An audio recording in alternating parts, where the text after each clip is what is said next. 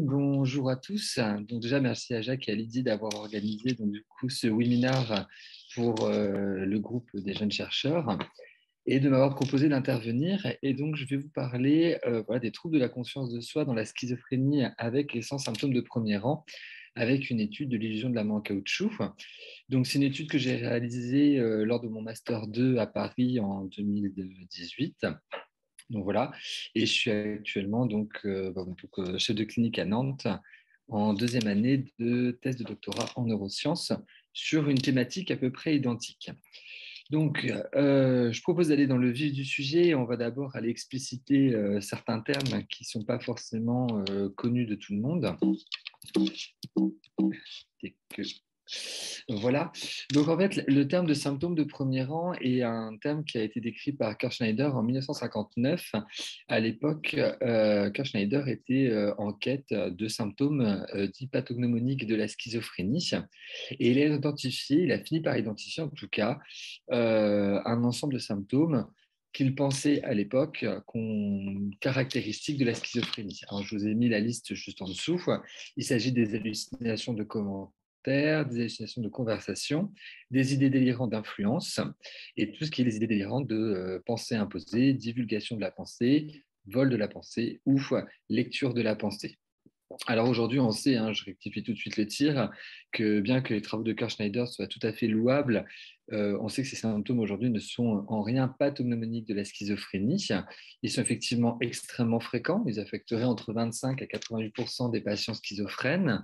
Selon une revue de la Cochrane très bien réalisée en 2015, la sensibilité de ces symptômes serait de 57% pour une très bonne spécificité de 81%.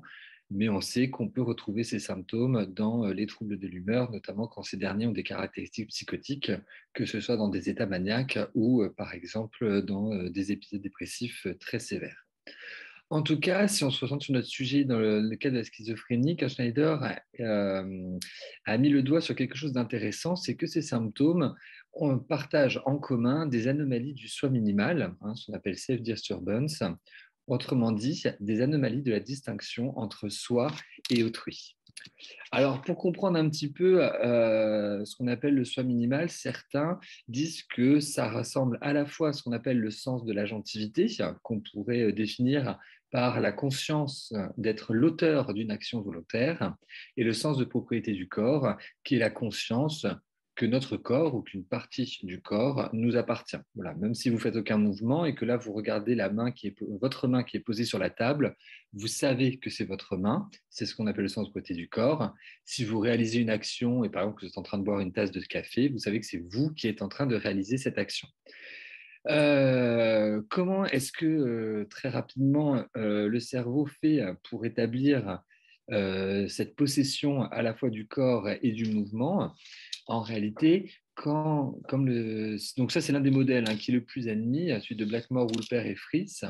Quand on réalise ou quand on veut réaliser une action, en réalité, avant même que l'action se fasse dans la réalité, si on peut dire, le cerveau envoie ce qu'on appelle des décharges corollaires, c'est-à-dire des prédictions des conséquences sensorielles de l'action qui doit être réalisée.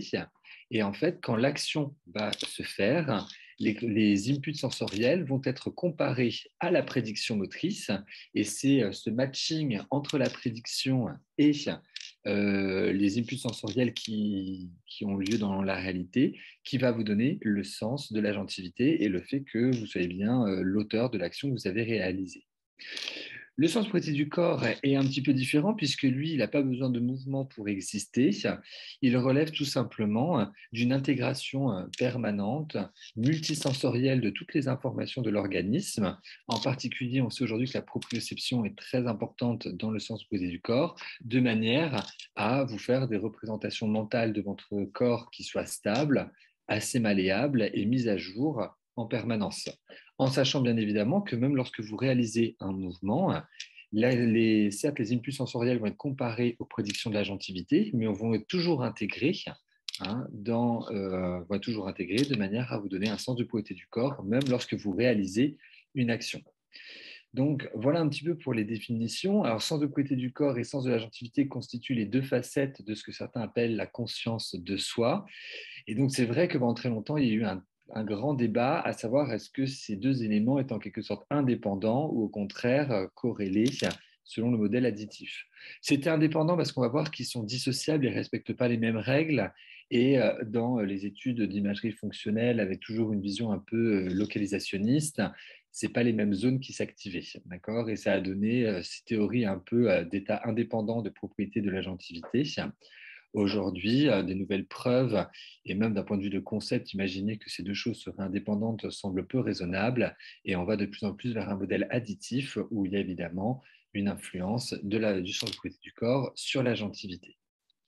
Alors tout l'enjeu est ensuite de savoir comment les évaluer.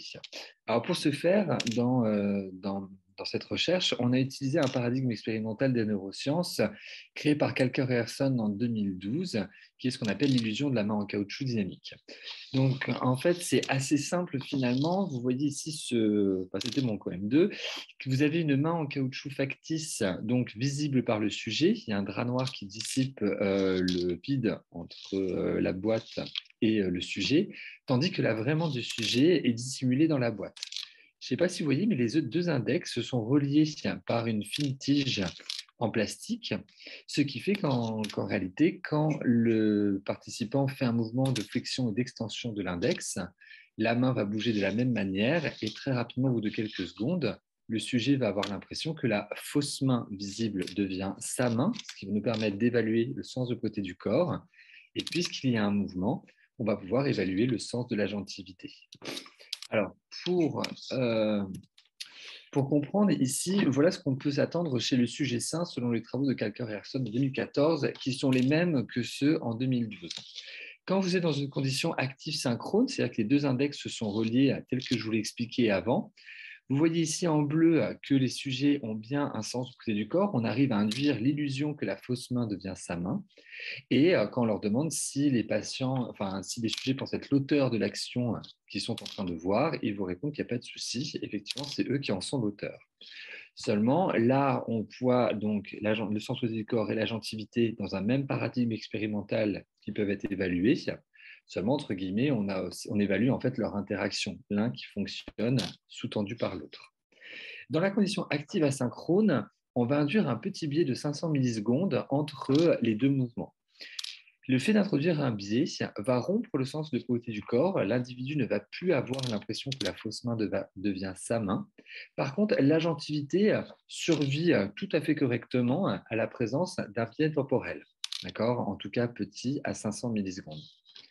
Et enfin, dans une dernière condition qui est la condition passive, les deux index se sont reliés. On demande aux participants de ne pas réaliser le mouvement et le mouvement est réalisé par l'examinateur qui est situé en face. Vu qu'il n'y a pas de mouvement volontaire, évidemment, il n'y a pas de sens de l'agentivité. Par contre, on arrive tout à fait à induire une illusion dans cette condition.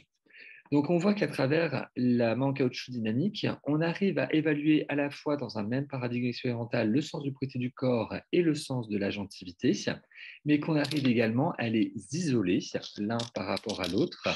Et ça permet également d'étudier un peu leur corrélation, comment se comporte l'un par rapport à l'autre lorsqu'on introduit du biais temporel ou des mouvements passifs. Et donc, c'est ça que mon travail a cherché à déterminer pour comparer des patients qui n'ont pas de symptômes de premier rang versus des patients qui ont des symptômes de premier rang et donc, par extension, des anomalies du sens du côté du corps et de l'agentivité. Donc, c'est l'objectif principal de cette recherche, c'était de réaliser donc lésion de la main en caoutchouc en congruence anatomique, c'est-à-dire vraiment comme vous l'avez vu, la fausse main était dans la même position que la main réelle, d'accord, afin d'évaluer l'agentivité et le sens de côté du corps. C'était l'objectif principal. Le secondaire était de faire un peu des analyses exploratoires sur la coopération et la dissociation entre l'agentité et le sens de côté du corps dans la schizophrénie, tel que je viens de vous le présenter sur les diapos précédentes, qui étaient chez des sujets sains. Donc pour ce faire, on a donc du coup inclus des patients souffrant de schizophrénie droitier. La main en caoutchouc doit être réalisée sur la main dominante. Donc vu qu'on n'avait qu'un modèle de main droite, il nous fallait des droitiers âgés de 18 à 65 ans. Voilà, on a recruté 31 sujets avec des symptômes de premier rang, donc au moins 2 items positifs à la SAPS puisqu'en fait, les items 2, 3, 15 et 19 font directement référence aux symptômes de premier rang. La SAPS, c'est l'échelle d'évaluation des symptômes positifs de la schizophrénie, versus 25 sujets contrôles qui souffraient de schizophrénie, mais qui n'avaient pas de symptômes de premier rang. On a recueilli des données sociodémographiques, des données cliniques, des échelles psychométriques, donc l'échelle, comme je dis, la SAPS et la SENS, qui est l'échelle donc des symptômes négatifs de la schizophrénie. Et on a réalisé la main en caoutchouc, la main en caoutchouc dynamique. Bon, les principales années statistiques donc comprenaient des statistiques descriptives. On a fait des comparaisons intergroupes par le test du Ki2 ou le test de Mann-Whitley. Et pour étudier les coopérations entre l'agent entité sans jouer du corps, on a réalisé des corrélations avec le test de Spearman et confirmé les corrélations retrouvées par régression linéaire multivariée. On avait fait une analyse a priori du nombre de sujets nécessaires par G-Power, et donc pour avoir une taille d'effet de 0,8, il nous fallait au moins 21 participants par groupe. Donc on avait un nombre de sujets bien au-delà de ce qui était nécessaire en théorie. Voilà. Donc ici, je vous montre les caractéristiques des deux groupes.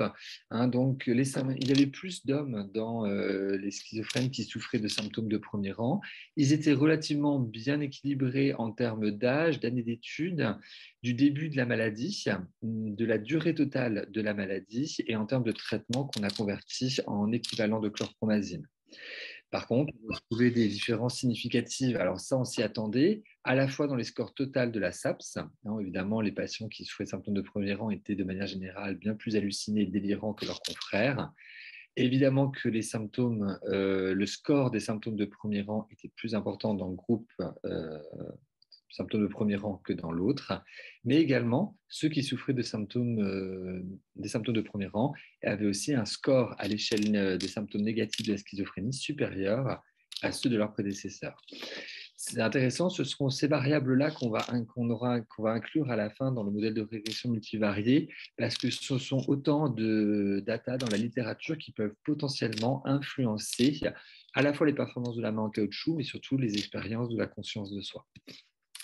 Donc voilà un petit peu ce qu'on a obtenu donc, chez nos deux groupes. Donc si on décortique un peu rapidement, parce qu'il y a beaucoup de choses à dire. Là, ici, vous avez le groupe des patients schizophrènes, enfin, souffrant de schizophrénie avec symptômes de premier rang. La limite, c'est 1. Il faut que l'intervalle de confiance soit strictement supérieur à 1 pour qu'on puisse avoir une illusion ou un sens de l'agentivité. Donc, on voit que dans la condition synchrone, ils ont bien une illusion et ils ont un beau sens de l'agentivité. C'est quelque chose auquel on pouvait s'y attendre, puisque en absence de biais, en absence dans des conditions aussi saillantes, les patients schizophrènes généralement performent assez bien. Quand on introduit un biais temporel, alors qu'on l'avait vu chez les sujets sains, on peut s'attendre à ce que l'agentivité survive à cette condition. Les patients schizophrènes n'ont plus de sens de l'agentivité quand ils souffrent de symptômes de premier rang. Ils ont une espèce d'hypersensibilité au biais temporel, ce qui abolit à la fois l'illusion et à la fois le sens de l'agentivité. En condition passive, là, il n'y a pas d'illusion. On pourrait s'attendre à ce qu'il y ait une illusion qui ait été générée. Ça n'est pas le cas. Comme si finalement, comme on le sait dans la schizophrénie, c'est ce que certains appellent l'incohérence perceptive, il y a des difficultés dans l'intégration sensorielle. Finalement, si on retire le sens de l'agentivité, d'accord, il n'arrive plus à générer l'illusion, comme si finalement les décharges corollaires, le mouvement volontaire pouvait permettre de stabiliser les représentations mentales de manière à générer une illusion, ce qui n'est pas le cas dans la condition passive. Si on compare à leurs collègues donc sans symptômes de premier rang, ils ont bien un sens de l'agentivité.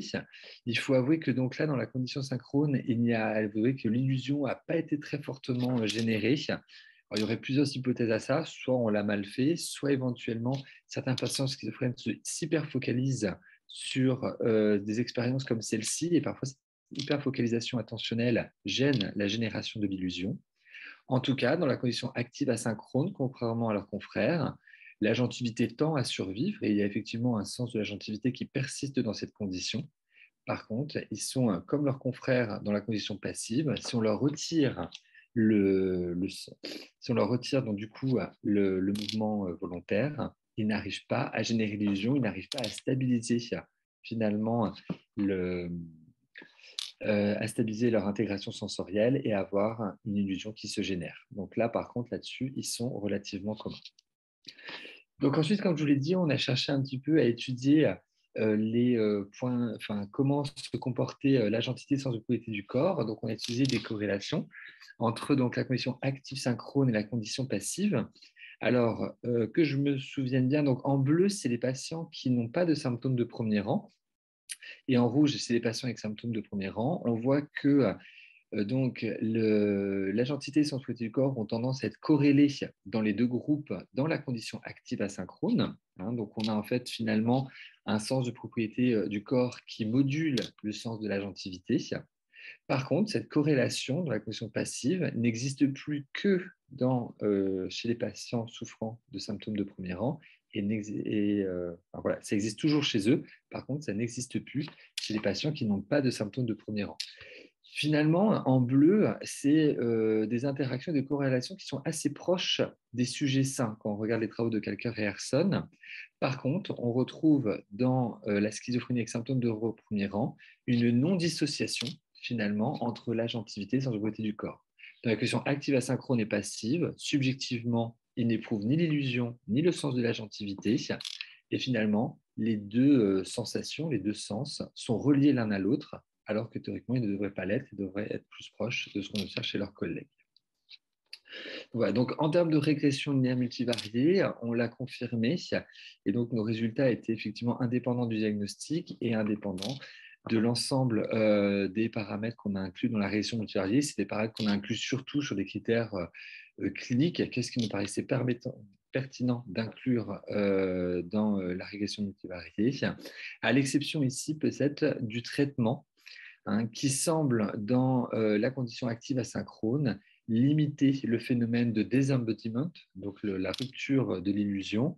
Ce n'était pas l'objectif de notre étude, mais c'est une théorie intéressante de se poser la question quel est l'impact des traitements psychotropes sur la conscience de soi et sur les performances de la main en caoutchouc. C'est une question qui avait été posée très très tôt depuis les années 2000 par les travaux de Pilide et qui n'a jamais été explorée, qui reste encore à ce jour sans aucune réponse. Voilà.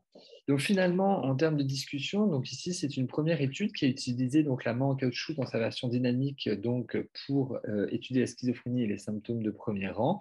Et donc finalement, notre hypothèse comme quoi il y avait vraiment un déficit d'agentivité et un déficit de sensibilité du corps chez les patients souffrant de schizophrénie avec symptômes de premier rang est confirmée.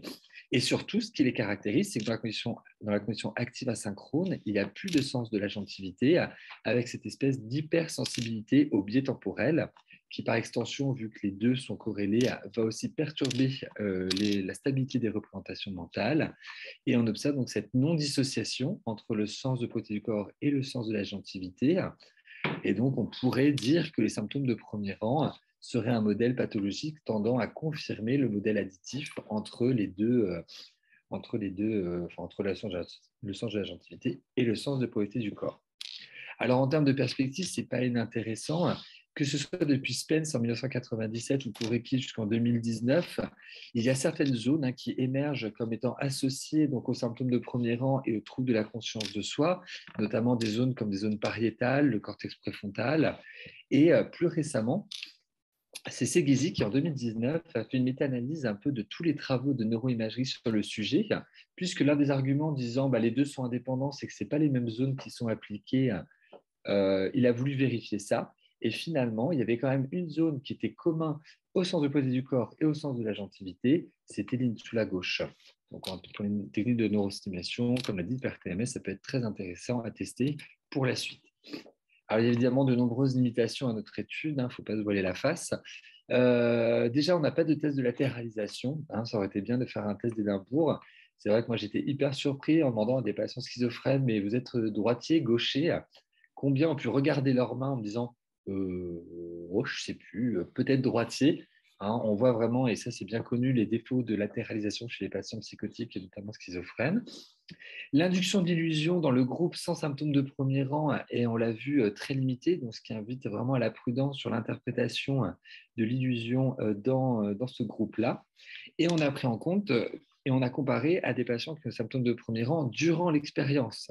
Alors, il y a un vrai débat sur la littérature, à savoir, est-ce que c'est un phénomène de trait ou d'état? Est-ce que les anomalies du du sens du propriété du corps ou de l'agentivité sont uniquement présents au moment des symptômes ou est-ce que même en dehors de ça, ils persistent? On voit ici qu'on aurait tendance à dire que peut-être le phénomène d'altération d'agentivité serait peut-être un phénomène d'état, alors que l'altération sur le du corps serait peut-être plus un phénomène de trait. Notre étude se base uniquement sur des mesures subjectives. En fait, ces évaluations sont issues de questionnaires. On a demandé aux participants est-ce qu'il avait l'impression que la fausse main devenait sa main, est-ce qu'il avait l'impression qu'il était l'auteur du mouvement volontaire. Puis, d'autres études pourraient inclure ce qu'on appelle des mesures objectives du sens du proté du corps ou de l'agentivité.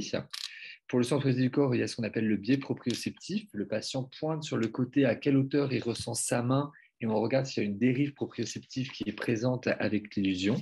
Et dans le cadre de l'agentivité, on peut mesurer ce qu'on appelle l'atténuation sensorielle. Quand on fait un mouvement et qu'on a un sens de l'agentivité, la conséquence, c'est qu'on atténue les expériences sensorielles qui sont issues de notre propre corps pour se concentrer sur ce qui provient de l'extérieur, ou le liage intentionnel. Quand on fait une action, on a de manière subjective une impression qu'entre l'action et ses conséquences, on a une impression que c'est plus proche que lorsque ce n'est pas nous qui faisons une action. Et donc, c'est un marqueur du sens, c'est un marqueur objectif du sens de propriété du corps.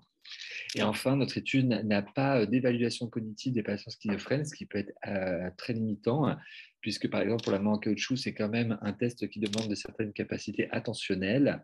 Et peut-être que finalement, les différences pourraient être imputables à des biais cognitifs que nous n'avons pas évalués.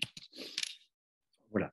Donc, en conclusion, voilà, le paradigme de la main en caoutchouc dynamique est très intéressant parce qu'il permet l'évaluation des deux dimensions des troubles de la conscience du soi minimal que sont l'agentité et le sens de propriété du corps.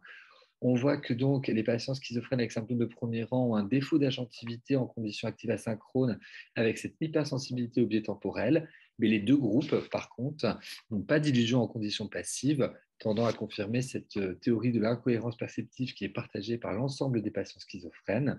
Et en plus de ça, donc cette non-dissociation qui est présente chez les patients schizophrènes atteints de symptômes de premier rang entre l'agentivité et le sens de propriété du corps.